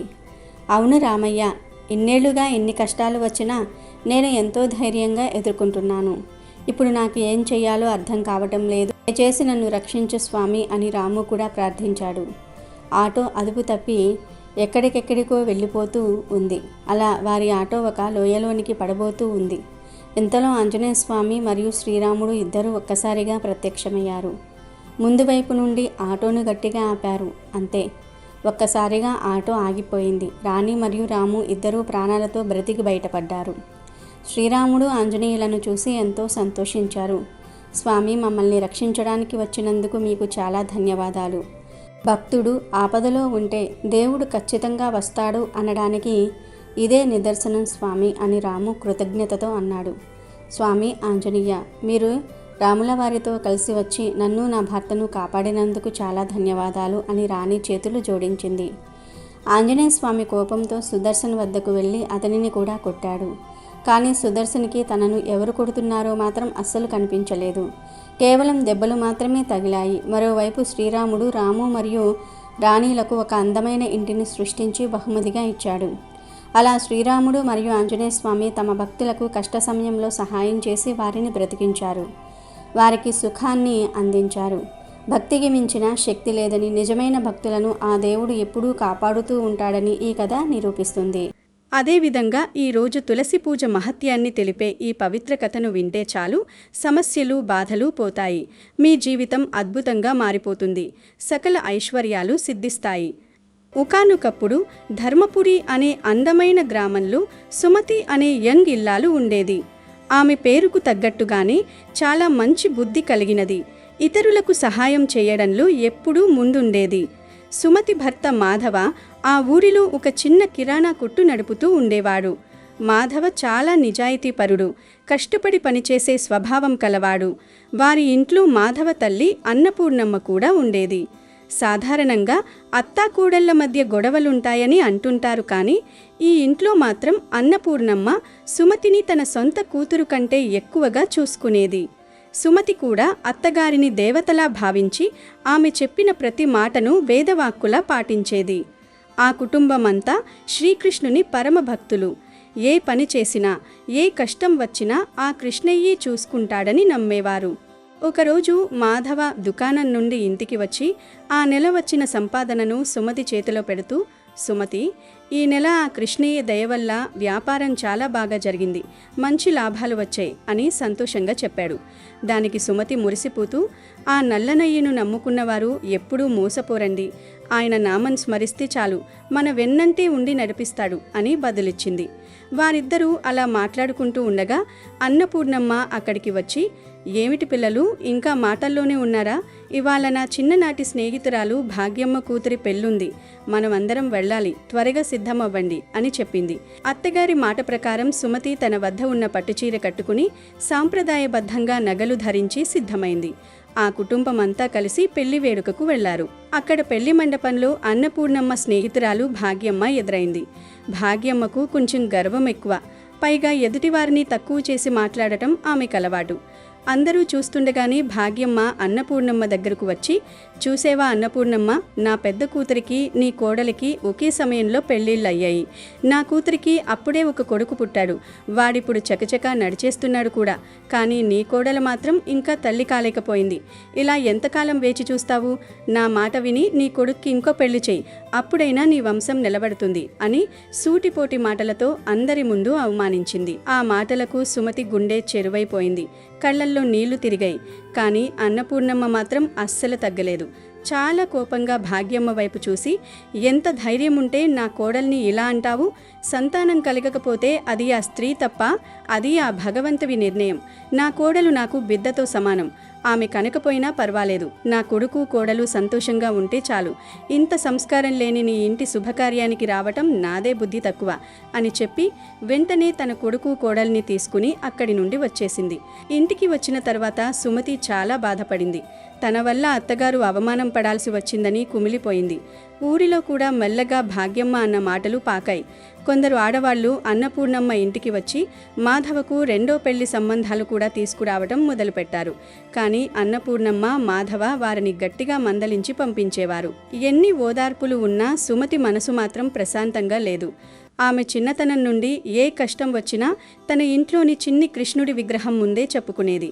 ఆ రోజు రాత్రి కూడా విగ్రహం ముందు కూర్చుని, కృష్ణయ్య, నేను చేసిన పాపమేంటి? అందరూ నన్ను గొడ్రాలివి అని హేళన చేస్తున్నారు. నా అత్తగారు నన్ను ఎంతగా సమర్థించినా లోపల ఆమె కూడా మనవడి కోసం ఆశపడదా? నాకు కూడా నీలాంటి ఒక అల్లరి కొడుకు కావాలన్న ఆశ ఉంది స్వామి, నన్ను అనుగ్రహించు అని ఏడుస్తూ అక్కడే నిద్రపోయింది. సుమతి బాధను గమనించిన మాధవ ఆమెను ఎలాగైనా ఆ బాధ నుండి బయటపడేయాలని అనుకున్నాడు. అన్నపూర్ణమ్మ ఒక సలహా ఇచ్చింది. మనం ఇక్కడికి దగ్గరలో ఉన్న కొండపై ఉన్న పురాతన కృష్ణ మందిరానికి వెళదాం. అక్కడి స్వామి చాలా మహిమగలవాడు, సుమతికి కూడా మనసు మారుతుంది అని చెప్పింది. మరుసటి రోజు వారు ముగ్గురు కలిసి ఆ కొండపై ఉన్న ఆలయానికి వెళ్లారు. ఆ ఆలయం చాలా పాతది, ఎవరూ పట్టించుకోకపోవటంతో అంతా దుమ్మి ధూళితో నిండిపోయింది. అది చూసిన సుమతి తన బాధను మరిచిపోయి వెంటనే అత్తగారితో కలిసి గుడిని శుభ్రం చేయటం మొదలుపెట్టింది. మాధవ అడవి నుండి తులసి ఆకులను తీసుకువచ్చి మాలలు కట్టాడు. వారు ఆ విగ్రహానికి పవిత్ర జలంతో అభిషేకం చేసి పసుపు కుంకుమలతో అలంకరించి తులసి మాలలు వేశారు. ఆ నిష్కల్మసమైన భక్తికి కృష్ణయ్య కరిగిపోయాడు. వారి భక్తిని పరీక్షించడానికి మరియు వారి కోరిక తీర్చడానికి శ్రీకృష్ణుడు ఒక వృద్ధ బ్రాహ్మణుడి రూపంలో అక్కడ ప్రత్యక్షమయ్యాడు. ఆ వృద్ధుడు వారితో మాట్లాడుతూ, ఏమిటి పిల్లలు, ఎవరూ పట్టించుకోని ఈ పాడుబడ్డ గుడిని ఇంత అందంగా తీర్చిదిద్దారు, మీ సేవ చూస్తుంటే చాలా ముచ్చటగా ఉంది అన్నాడు. దానికి సుమతి వినయంగా నమస్కరించి, అయ్యా, భగవంతుడి సేవ చేయడం మా అదృష్టం అని చెప్పింది. అప్పుడు ఆ వృద్ధుడు సుమతి కళ్ళల్లోకి చూసి, నీ కళ్ళల్లో ఏదో ఆవేదన కనిపిస్తోంది తల్లి, నీ బాధ ఏంటో చెబితే నాకు తెలిసిన ఉపాయం చెబుతాను అన్నాడు. అన్నపూర్ణమ్మ గబలబా ముందుకు వచ్చి తమ సంతాన సమస్య గురించి, పడుతున్న అవమానాల గురించి వివరించింది. అప్పుడు ఆ వృద్ధుడు చిరునవ్వుతో ఇలా అన్నాడు, అమ్మా, దీనికి చింతించకండి. శ్రీకృష్ణుడికి తులసి అంటే ప్రాణం. నేను నీకొక పవిత్రమైన తులసి మొక్కను ఇస్తాను. దీనిని మీ ఇంటి ముందు నాటి 40 రోజుల పాటు నిత్యం ఉదయం సాయంత్రం భక్తితో పూజించు. 41వ రోజున యథాశక్తి పేదలకు అన్నదానం చెయ్యి. నీ గర్భం పండుతుంది. అలాగే మీరు కోల్పోయిన సుఖశాంతులు, సంపద కూడా తిరిగి వస్తాయి అని ఒక చిన్న తులసి మొక్కను సుమతి చేతికిచ్చారు. సుమతి ఆ మొక్కను ప్రాణం కంటే మిన్నగా చూసుకుంటూ ఇంటికి తీసుకువచ్చింది. ఇంటి ఆవరణల్లో ఒక పవిత్రమైన చోట దానిని నాటింది. ప్రతిరోజు తెల్లవారుజామునే లేచి స్నానం చేసి తులసి కోటను అలంకరించి పూజ చేసేది. ఆ మొక్కతో తన కష్టాలన్నీ చెప్పుకునేది. అమ్మా తులసిమాత, కృష్ణయ్యకు నువ్వంటే ఇష్టం కదా, నా మొర ఆయనకు వినిపించేలా చెయ్యి తల్లి అని ప్రార్థించేది. అలా రోజులు గడుస్తున్నాయి. 40వ రోజు పూజ ముగించుకుని సుమతి కళ్ళు తెరిచి చూసేసరికి ఆ తులసి మొక్క చుట్టూ మట్టిలో నుండి మెరుస్తున్న బంగారు కాసులు బయటపడ్డాయి. అది చూసి ఆమె ఆశ్చర్యపోయి తన భర్తను, అత్తగారిని పిలిచింది. ఆ ధనాన్ని చూసి వారు దైవలీల అని మురిసిపోయారు. మరుసటి రోజు అంటే 41వ రోజున పేదలకు అన్నదానం చేయాలని నిర్ణయించుకున్నారు. సుమతి మరియు అన్నపూర్ణమ్మ కలిసి రకరకాల పిండి వంటలు, పరమాన్నం తయారు చేశారు. మాధవ ఊరంతా తిరిగి అన్నదానానికి రమ్మని పిలిచాడు. కానీ విచిత్రంగా ఆ రోజు ఊరిలో ఒక పెద్ద పండుగ ఉండటంతో అందరూ అక్కడికే వెళ్లారు. మాధవ ఇంటికి భోజనానికి ఒక్కరు కూడా రాలేదు. సుమతి చాలా బాధపడింది. కృష్ణయ్య, ఇంత వంట చేశాము, ఒక్క అతిథి కూడా రాకపోతే నా వ్రతం ఎలా పూర్తవుతుంది అని వేడుకుంది. అప్పుడే ఒక ముసలి వ్యక్తి ఆకలి ఆకలి అంటూ వారింటి ముందుకు వచ్చాడు. సుమతి సంతోషంగా ఆయన్ని ఆహ్వానించి కాళ్ళు కడుక్కోవడానికి నీళ్ళిచ్చి గౌరవంగా కూర్చోబెట్టింది. ఆమె ఒక్కొక్కటిగా వంటకాలు వడ్డిస్తుంటే ఆ ముసలి వ్యక్తి చూస్తుండగానే అన్ని పాత్రల్లోని వంటకాలను తినేశాడు. ఎంత వడ్డించినా ఆయనకు ఆకలి తీరడం లేదు. ఇంకా కావాలి తల్లి, నాకు అస్సలు ఆకలి తీరడం లేదు అని అంటున్నాడు. ఇంట్లో ఉన్న అన్నం, కూరలు అన్నీ అయిపోయాయి. సుమతికి ఏం చెయ్యాలో పాలుపోలేదు. అప్పుడు ఆమెకు ఒక ఆలోచన వచ్చింది. భక్తితో తులసి మొక్క దగ్గరకు వెళ్ళి ఒకే ఒక్క తులసి దళాన్ని కోసుకువచ్చి దానిని పరమాన్నంలో కలిపి ఆ వృద్ధుడికి ఇచ్చింది. ఆ ఒక్క తులసి దళాన్ని సేవించగానే ఆ వృద్ధుడి ముఖంలో తృప్తి కనిపించింది. నా ఆకలి తీరింది తల్లి అంటూ ఆ ముసలి వ్యక్తి రూపం మారిపోయి సాక్షాత్తు శ్రీకృష్ణ పరమాత్మ శంఖు చక్ర గదాధారి అయి వారి ముందు సాక్షాత్కరించాడు. ఆ దివ్య మంగళ స్వరూపాన్ని చూసి ఆ కుటుంబమంతా పాదాలపై పడి మొక్కుకున్నారు. కృష్ణుడు సుమతిని దీవిస్తూ, నీ నిష్కల్మషమైన భక్తికి, తులసి మాతపై నీకున్న నమ్మకానికి నేను ప్రసన్నుడనయ్యాను. నీ గర్భాన నా అంశతో ఒక పుత్రుడు జన్మిస్తాడు. వాడు లోకానికి ఆదర్శవంతుడవుతాడు. మీ ఇల్లు ఎల్లప్పుడూ ధనధాన్యాలతో తులతూగుతుంది అని వరమిచ్చి మాయమయ్యాడు. ఆ తరువాత కొద్ది రోజులకి సుమతి గర్భవతి అయింది. 9 నెలలు నిండిన తర్వాత ఒక అందమైన మగబిడ్డకు జన్మనిచ్చింది. ఆ బిడ్డను చూసి ఊరి జనమంతా ఆశ్చర్యపోయారు. ఒకప్పుడు సుమతిని అవమానించిన భాగ్యమ్మ కూడా వచ్చి తన తప్పు తెలుసుకొని క్షమాపణ కోరింది.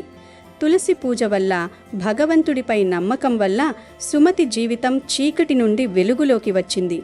ఆ గ్రామంలో ప్రతి ఇంట్లోనూ తులసి పూజ ఒక గొప్ప సంప్రదాయంగా మారిపోయింది. మనస్ఫూర్తిగా చేసే ప్రార్థన, అత్తాకోడళ్ల అనుబంధం మరియు తులసిమాత అనుగ్రహం ఉంటే అసాధ్యమైనది ఏదీ లేదని ఈ కథ నిరూపిస్తోంది. అలాగే హనుమాన్ జయంతి సందర్భంగా హనుమ తన భక్తులను ఏ విధంగా కాపాడుతాడో తెలిపే ఈ కథలను వింటే చాలు ఎలాంటి దుష్ట శక్తులు మీ దరి చేరవు. స్వామివారే మిమ్మల్ని ఎల్లవేళలా కూడా రక్షిస్తారు. పూర్వం ఒక గ్రామంలో కేశవుడు అనే ఒక బ్రాహ్మణుడు ఉండేవాడు. వేదాంగ పారంగతుడు, బుద్ధిమాన్, సర్వధర్మాచరణనిష్ఠుడు. పుత్రులు పౌత్రులతో భార్య విశాలాక్షితో సుఖ జీవితం గడుపుతూ ఉన్నాడు. అతిథి పూజలతో జన్మధన్యం చేసుకుంటూ ఉన్నాడు. ఆ గ్రామానికి ఒక ప్రభువులాగా వెలిగిపోతూ ఉన్నాడు కేశవుడు. కొంతకాలానికి అతని జీవితంలో విషాదం అలుముకొంది. ప్రియ అర్ధాంగి అకస్మాత్తుగా మరణించింది. అతని దుఃఖం పట్ల సఖ్యం కాకుండా ఉంది. బాధ తట్టుకోలేక కాశీనగరం చేరుకున్నాడు.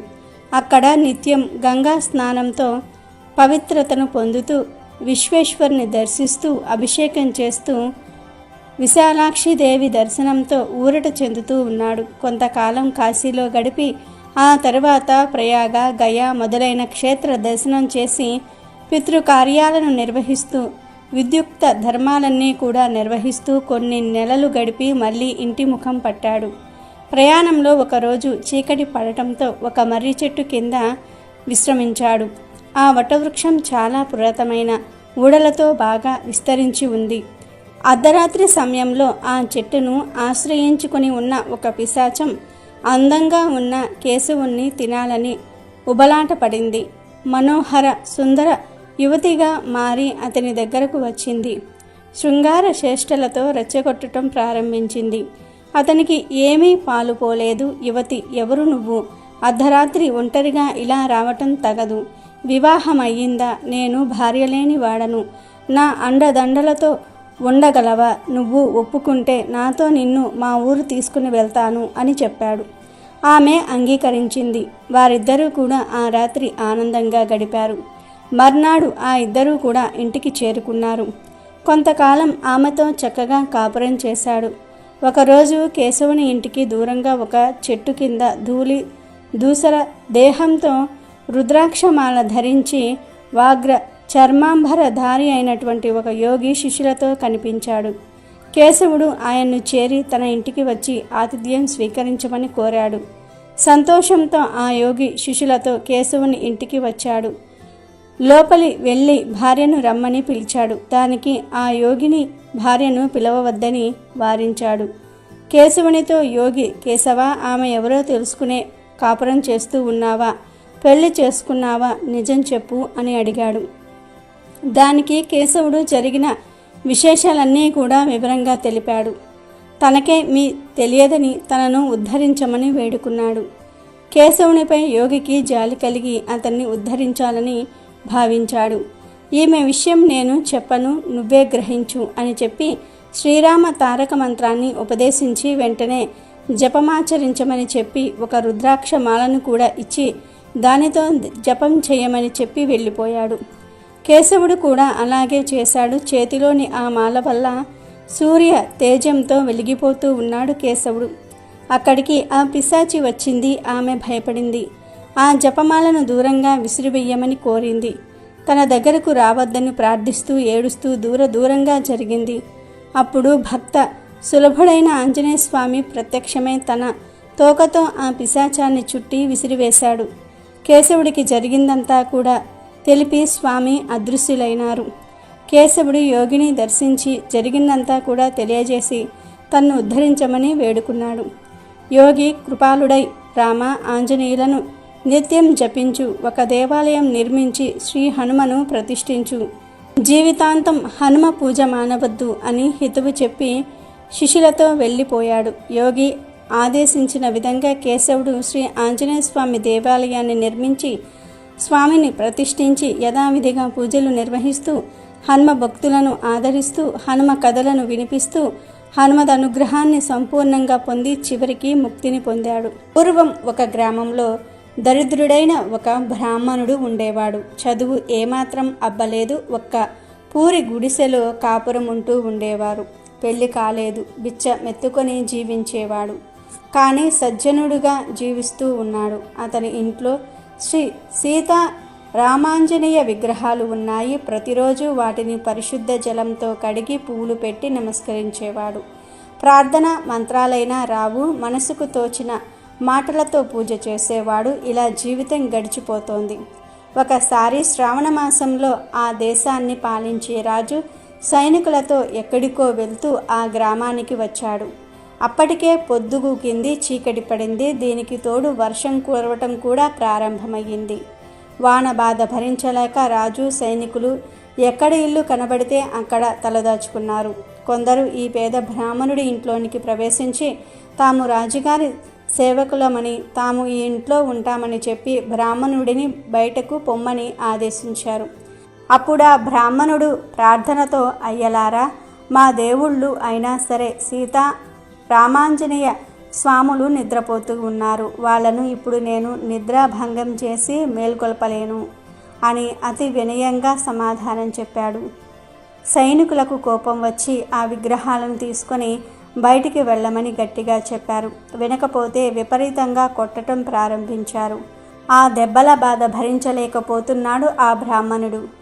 కొంచెం ధైర్యం చేసి ఎట్లాగో అట్లా ఆ విగ్రహాలు ఉన్న చోటుకి వెళ్ళి, శ్రీరామ, నన్ను ఈ దుర్మార్గులు బాధిస్తూ ఉన్నారు, మీకు నిద్ర లేకుండా చేస్తూ ఉన్నారు అని విలపిస్తూ ఆ విగ్రహాలను వీపుపై ఉంచుకొని జల పాత్రను ఎడం చేతిలో పట్టుకుని దండాన్ని కుడి చేతిలో ధరించి బయటకు వచ్చి చూరు కింద నిలబడ్డాడు.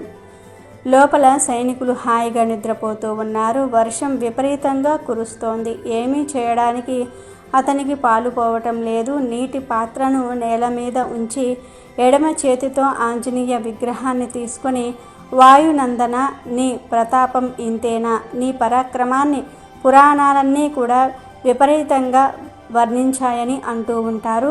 నిన్ను నువ్వు రక్షించుకోలేవా? నీ స్వామిని కాపాడుకోలేవా?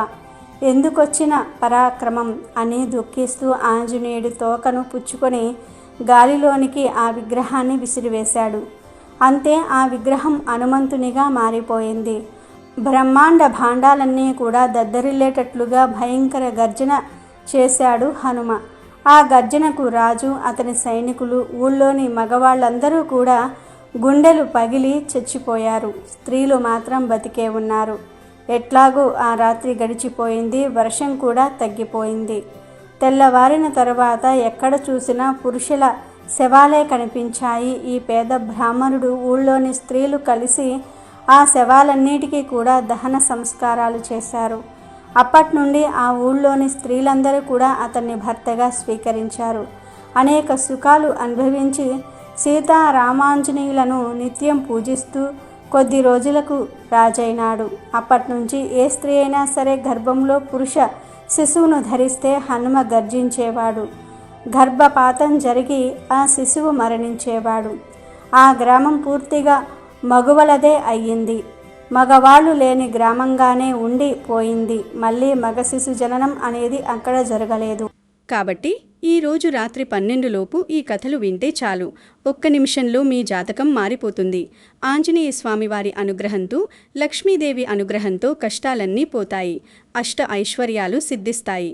వద్దన్న ధనం దూసుకు వస్తుంది. పాపాలన్నీ పోతాయి. మహాపుణ్యం వస్తుంది. పట్టిందల్లా బంగారంలాగా మారుతుంది. ఇక మీకు తిరుగులేని రాజయోగం పడుతుంది. అన్నీ శుభాలే జరుగుతాయి. అమెజాన్లో బెస్ట్ డిస్కౌంట్స్ కోసం వీడియో డిస్క్రిప్షన్లో లింకు ఉంది, చూడండి. అలాగే మా టెలిగ్రామ్ ఛానల్ సబ్స్క్రైబ్ చేసుకోండి.